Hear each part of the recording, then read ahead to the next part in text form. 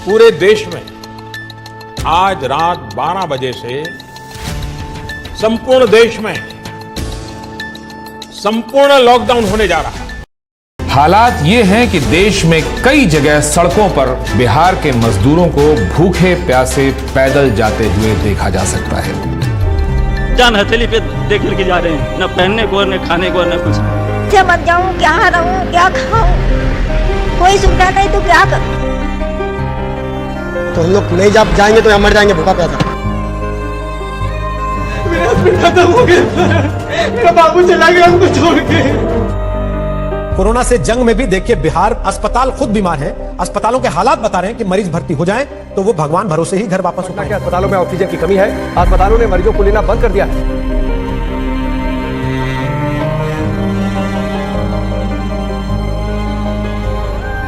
समझ लो ऐसी यादें हैं कि मरते दम तक नहीं भूल पाएंगे। कोविड विश्वव्यापी समस्या थी, संकट आया, सबको कष्ट हुआ, लॉकडाउन हुआ, त्राही त्राही मची, लेकिन पूरे देश में जो दुर्दशा बिहार के लोगों की हुई, लोगों ने बिहार के लोगों को घरों से निकाल दिया। लोगों को बस तक नहीं मिला, ट्रेन नहीं, गाड़ी नहीं, पैदल चल के बच्चों को लेकर अपनी पोटली, अपनी जीवन की पूरी कमाई जमा पूंजी लेकर हजार किलोमीटर महिलाएं बच्चे पैदल चलकर आए। महीनों तक वो नजारा चलता रहा और हम जैसे लोग सारी शक्ति ताकत साधन होने के बावजूद कुछ नहीं कर सके। ऐसा लगा कि नहीं, अगर भगवान ने शक्ति बुद्धि दी है, कुछ ऐसा करना होगा जिससे कि समाज सुधरे। नेताओं को जिताते हराते रहने से कुछ नहीं होगा। मेरा मोह भंग हुआ, फिर साल भर अपने लिए रखा, सोचने के लिए, समझने के लिए कि क्या करना है, कैसे करना है, और तय करके जब 2 मई 2022 को मैं आया बिहार से, गांधी आश्रम पश्चिम चंपारण से पदयात्रा शुरू करेंगे। हर गांव, हर शहर, हर गली, हर मोहल्ले, हर पंचायत में पहुंचने के लिए पूरे बिहार में एक बार जाने का प्रयास करेंगे। जन सुराज क्या है?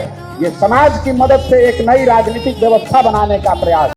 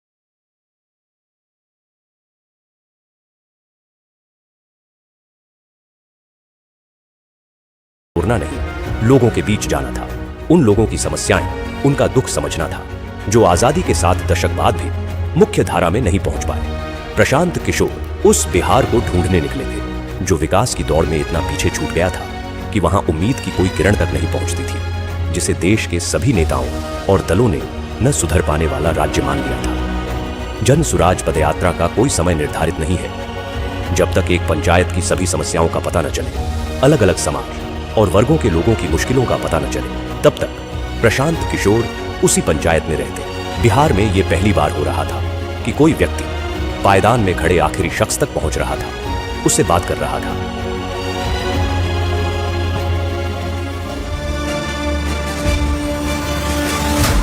रात में पदयात्रा जहां खत्म होती, वहीं कैंप लगाया जाता। इस कैंप में प्रशांत किशोर 200 से 250 पदयात्रियों के साथ रुकते। न सोने की सही जगह थी, न पीने का साफ पानी। कैंप में सुविधाओं का अभाव था, लेकिन बिहार में बदलाव लाने के हौसले के आगे ये तकलीफें असर नहीं करती थी। सुबह होते ही कैंप में गांव वालों का आना शुरू हो जाता। प्रशांत किशोर उनसे मिलते और उनकी समस्याओं पर बात करते। लोगों को यकीन था कि कोई सुने न सुने, प्रशांत किशोर उनकी आवाज सुनेंगे और उनका दुख दूर करेंगे।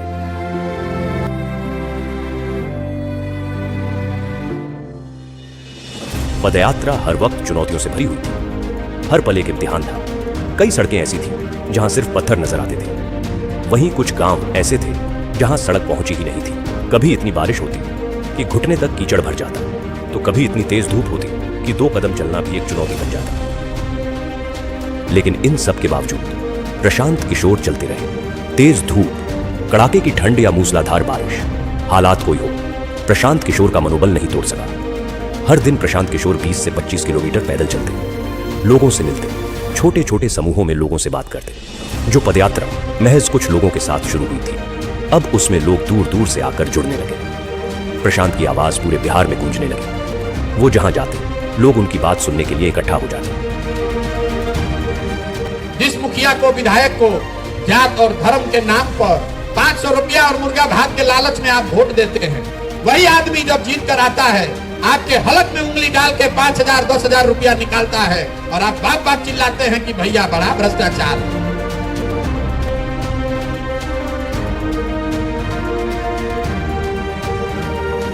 लेकिन इसी बीच कुछ ऐसा हुआ जिसने सबकी सांसें अधर में लटका दी। लगातार खराब रास्तों पर रोजाना 20 से 25 किलोमीटर चलने की वजह से प्रशांत किशोर की कुछ मांसपेशियां फट गईं। वो चलने फिरने में असमर्थ हो गए। डॉक्टर ने उन्हें कुछ हफ्ते आराम करने की सलाह दी। में जब एंट्री हो रही थी, वैशाली से हम समस्तीपुर की तरफ बढ़ रहे थे, तो शाम के बाद अचानक से हमारी नजर जब प्रशांत किशोर पे पड़ी तो उनके पैरों में बहुत तकलीफ थी। मतलब वो जूझ रहे थे उस तकलीफ से, उनसे चला नहीं जा रहा था। पर चूंकि वो बहुत संकल्पित थे और जैसा कि सबको पता है वो बहुत जिद्दी आदमी है, 5-6 किलोमीटर का डिस्टेंस अभी और रह गया था। बावजूद इसके कई लोगों ने आके बताया, हम लोगों ने कहा कि भाई आपसे नहीं चला जा रहा है तो आप किसी गाड़ी पे बैठ जाइए, वहाँ से हम लोग चलते हैं। लेकिन तब भी उन्होंने उसको किसी तरीके से कंप्लीट किया। शाम को जब पदयात्री आपस में बैठ के बातचीत कर थे तो ये बातचीत चल रही थी, सब मायूस थे और एक बार के लिए लग रहा था कि अब शायद ये पदयात्रा कभी ना चले। जितना तकलीफ में प्रशांत किशोर उस वक्त दिखाई पड़ रहे थे, लेकिन महज कुछ दिनों के बाद ही उतने ही उत्साह के साथ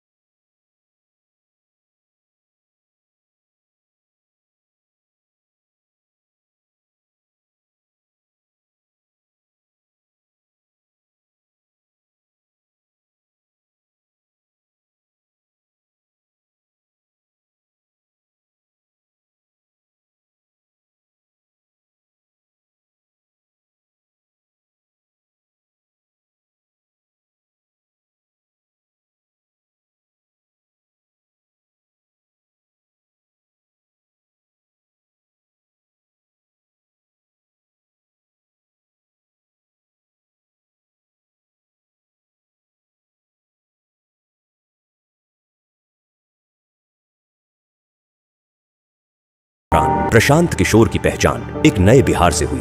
वो बिहार जो आंकड़ों से कहीं ज्यादा गरीब है। बिहार जितना आंकड़ों में गरीब दिखता है और जब आप उसको इन पर्सन फील करते हो तो दोनों में जमीन आसमान का फर्क है। क्या वो इन पर्सन और भी ज्यादा बहुत भयानक दिखता है।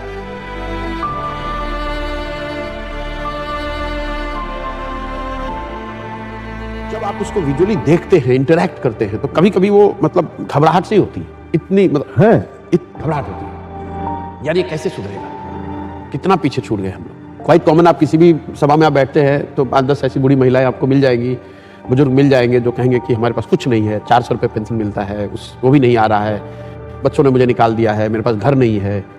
वो घबराहट होती है मुझे। घंटों में सोचता हूँ कि यार कैसे वो मैनेज कैसे करते हैं 400 रुपये में। 2 सालों की पदयात्रा में प्रशांत किशोर ने लोगों को जागरूक किया, उन्हें अपने वोट की सही ताकत का एहसास करवाया, उन्हें बताया कि उनका और उनके बच्चों का जीवन बदलने का तरीका है सही मुद्दे पर वोट देना। लेकिन हर जगह लोग यही कहते कि उनके पास विकल्प नहीं है। इसके अभाव में हर बार उन्हें न चाहते हुए भी उन्हीं कुछ दलों को वोट देना पड़ता है। इसी सवाल के गर्भ से निकला जन सुराज अभियान को राजनीतिक स्वरूप बनाने का विचार। जन सुराज के 1 करोड़ से ज्यादा संस्थापक सदस्यों के साथ चर्चा की गई, हर बात पर बारीकी से बात की गई और इसके बाद सबकी सहमति से तय हुआ कि इस अभियान को अब राजनीतिक दल का स्वरूप देना जरूरी है ताकि बिहार की विकल्पहीनता खत्म हो। 25 में बिहार में नई व्यवस्था बननी है। आपने हाथ में राखी बांधी है, तब आपका हाथ पकड़ रहे हैं और भरोसा रखिए आपको भी हारने नहीं देंगे। 2025 में जनता का राज बनाए।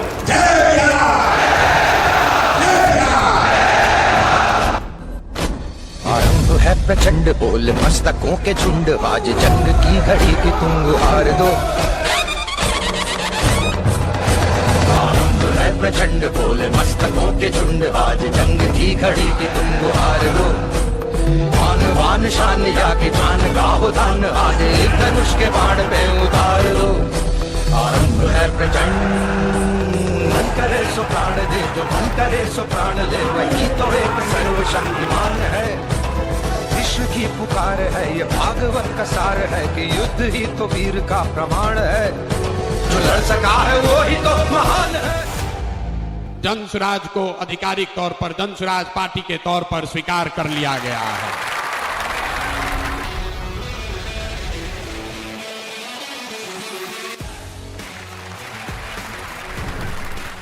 जन स्वराज बिहार के युवाओं की जिद है कि जिस बिहार को इस देश के बड़े बड़े दल और नेताओं ने न सुधर पाने वाला राज्य, जातियों में बटा हुआ राज्य मानकर इसके हाल पर छोड़ दिया है, उसको सुधारने का जिम्मा यहाँ के युवाओं ने उठाया है। ये हमारी जिद है। जन स्वराज बिहार के युवाओं का संकल्प है कि अगले 10 बरस में देश का सबसे गरीब और पिछड़ा राज्य बिहार, इसको देश के 10 सबसे अग्रणी राज्यों में शामिल कराकर ही दम लिया जाएगा। तो जन स्वराज जिद है युवाओं का, जन स्वराज हमारा संकल्प है, जन स्वराज एक नई व्यवस्था है, लेकिन सबसे बढ़कर ये जन स्वराज का सपना है।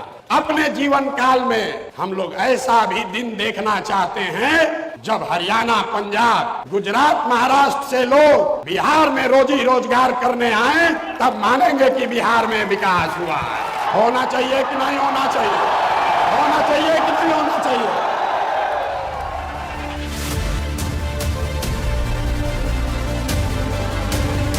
कार्यवाहक अध्यक्ष जिसको नियुक्त किया जा रहा है, जिनके नाम पर सबकी सहमति है, वो सज्जन यहाँ मधुबनी के हैं, जिनका नाम है मनोज भारती। ये इसलिए नहीं है कि ये दलित समाज के हैं, ये काबिल हैं जो दलित समाज के भी हैं। ये पहला ऐसा दल होगा जहां पर उम्मीदवारों का चयन जनता के द्वारा किया जाएगा। जन स्वराज अपने संविधान में लिख रहा है राइट टू रिकॉल। अगर टिकट पाने के बाद, आपका वोट लेने के बाद भ्रष्टाचार चालू किया तो उसका चाबी आपके हाथ में है, 2.5 वर्ष में उसको वापस बुलाया जाएगा। जन स्वराज पार्टी का जो आधिकारिक झंडा होगा उसमें महात्मा गांधी के साथ साथ संविधान निर्माता बाबा साहब अम्बेडकर का चित्र भी शामिल किया जा रहा है। कमर कस लीजिए, जंग की शुरुआत ठान दी है, अब हम लोग पीछे हटने वाले नहीं हैं। जय बिहार, जय बिहार, जय बिहार, जय बिहार, जय बिहार। प्रशांत किशोर ने आज अपनी नई पार्टी लॉन्च की। पार्टी का नाम है जन स्वराज पार्टी। इस मौके पर पटना के वेटरनरी ग्राउंड में प्रशांत किशोर ने बड़ा कार्यक्रम किया। उन्होंने कहा कि वो बिहारियों के सम्मान के लिए काम करेंगे। पार्टी के झंडे पर बापू और बाबा साहब दोनों की फोटो। मैं यहाँ से यात्रा पर निकलूंगा और आपके घर, आपके गांव आऊंगा, ये हमको रोक नहीं सकते हैं।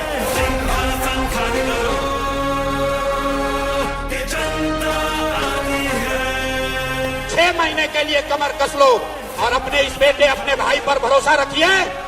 नवंबर में आपको नई सरकार बनाकर, जनता की सरकार बनाकर देंगे।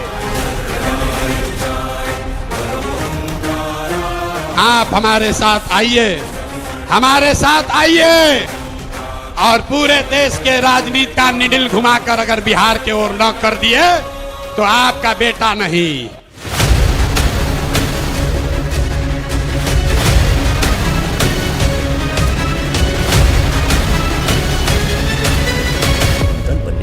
एक बार फिर प्रशांत किशोर ने लोगों के बीच पहुंचना शुरू किया। इस यात्रा को नाम दिया गया बिहार बदलाव यात्रा। मकसद वही था, दशकों से विकास की दौड़ में पीछे छूट रहे बिहार के लोगों को बताना कि वो गरीबी और बदहाली से कैसे निकल सकते हैं। लोगों को ये एहसास दिलाना कि वो अपने वोट की ताकत से बिहार में कैसे बदलाव ला सकते हैं।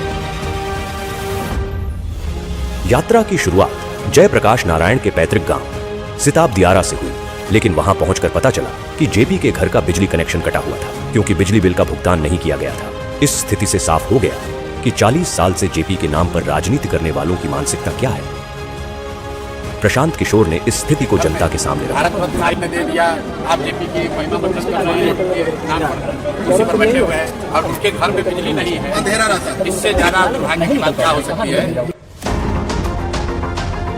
नतीजा यह हुआ कि कि जेपी के घर की बिजली बहाल हुई। इस तरह बिहार को बदलने की यात्रा की शुरुआत जेपी के घर की स्थिति बदलकर हुई। 1 साल से कटी हुई है डिस्कनेक्ट में।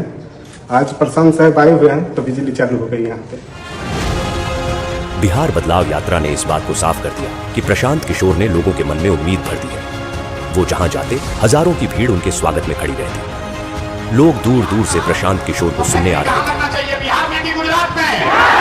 सबको बोलना है वोट बिहार का तो फैक्ट्री कहाँ लगना चाहिए, बिहार में कि गुजरात में? बिहार में कि गुजरात में? नीतीश कुमार को रखना है कि हटाना है? रखना है कि हटाना है? रखना है कि हटाना है? हाथ उठाकर बोलिए, रखना है कि हटाना है? सभाओं में जन सुराजियों की ऐसी भीड़ उमड़ती कि लोग देखकर दंग रह जाते। सबके मन में सिर्फ एक ही उम्मीद कि प्रशांत किशोर बिहार में बदलाव लाएंगे। बिहार में बदलाव होना चाहिए कि नहीं होना चाहिए? होना चाहिए। अभी होना चाहिए कि 5 वर्ष के बाद? अभी कि 5 वर्ष के बाद? सब लोग तैयार है? अगर सब तैयार है तो हमसे गारंटी ले लीजिए, छठ के बाद किसी का बच्चा बिहार से बाहर पढ़ने के लिए और रोजगार के लिए नहीं जाएगा।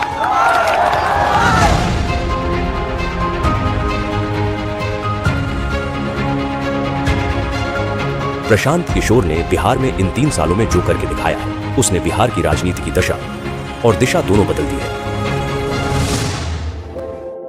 प्रशांत जी को देखता हूँ आजकल घूम रहे हैं पूरा बिहार, गांव-गांव जा रहे हैं, बहुत परिश्रम कर रहे हैं। उनकी बातें तो बड़ी इंटरेस्टिंग और बड़ी फैक्ट वाली बातें करते हैं। प्रशांत किशोर जो है, इसमें कोई डाउट नहीं है कि एक शक्ति के रूप में एक ऑल्टरनेटिव पॉलिटिकल पार्टी के रूप में अपने को एस्टैब्लिश नहीं किया हो। मैं प्रशांत किशोर जी को फॉलो कर रहा हूँ क्योंकि उनकी बातें कनेक्ट करती हैं मेरे से। वो तथ्य रखते हैं सामने और सार्थक बातें करती हैं, पॉजिटिव बातें करते हैं। कास्ट या रिलीजन और इन सब से उठ के बहुत ही प्रैक्टिकल बातें। बिहार में प्रशांत काम कर रहा है, मुझे उनसे बड़ी आशा है। मुझे इनमें बड़ा तेजस्वी युवक दिखाई देता है जो बिहार का दर्द जी रहा है। 3 साल से गांव गांव रोड वो घूम रहे हैं, लोगों के बीच में जा रहे हैं। ये इस चीज को मैं दाद देता हूँ, सलाम करता हूँ। प्रशांत किशोर जी को जब मैंने अभी देखा लास्ट सम 2-3 इयर्स से बिहार के लिए बात करना, तो लगा कि नहीं, ये एक परिवर्तन करने की समय है और इस परिवर्तन के क्षण में मैं अगर उनकी ताकत नहीं बनूं पीछे से, तो फिर मैंने क्या किया। फिर मैं समझती हूँ कि ये भी एक मोमेंट है कि बिहार की जो परिवर्तन की बात है, सपोर्ट करने की जरूरत है उनको। भारत की जो राजनीति उसमें प्रशांत किशोर जैसे लोगों का बोलबाला होना ही चाहिए। प्रशांत किशोर तो बहुत बढ़िया आदमी, राजनीतिक सूझबूझ तो उनके अंदर सबकी है। अब तो हवाएं ही करेंगी रोशनी का फैसला, जिस दिए में जान होगी वो दिया रह जाएगा। गांव-गांव में जाकर के अब ऐसी स्थिति क्रिएट कर दिया कि चर्चा हो रहा है उसका। कांधों लगा रहना और जाना, हर लोगों के गाँव में बिना सिक्योरिटी के चलना, उतना हिम्मत के साथ चलना। तो मैं देख रहा हूँ एज ए जर्नलिस्ट, तो उस आदमी को सैल्यूट के सिवा हम कुछ नहीं कर सकते। जीवन में मेरे पास जो कुछ भी है वो सब कुछ मैंने इसमें दांव पर लगाया है, अपना सब कुछ झोंका है इस पर, और ये तय करके आए हैं कि चाहे जो भी करना पड़े, किए बगैर मानूंगा नहीं।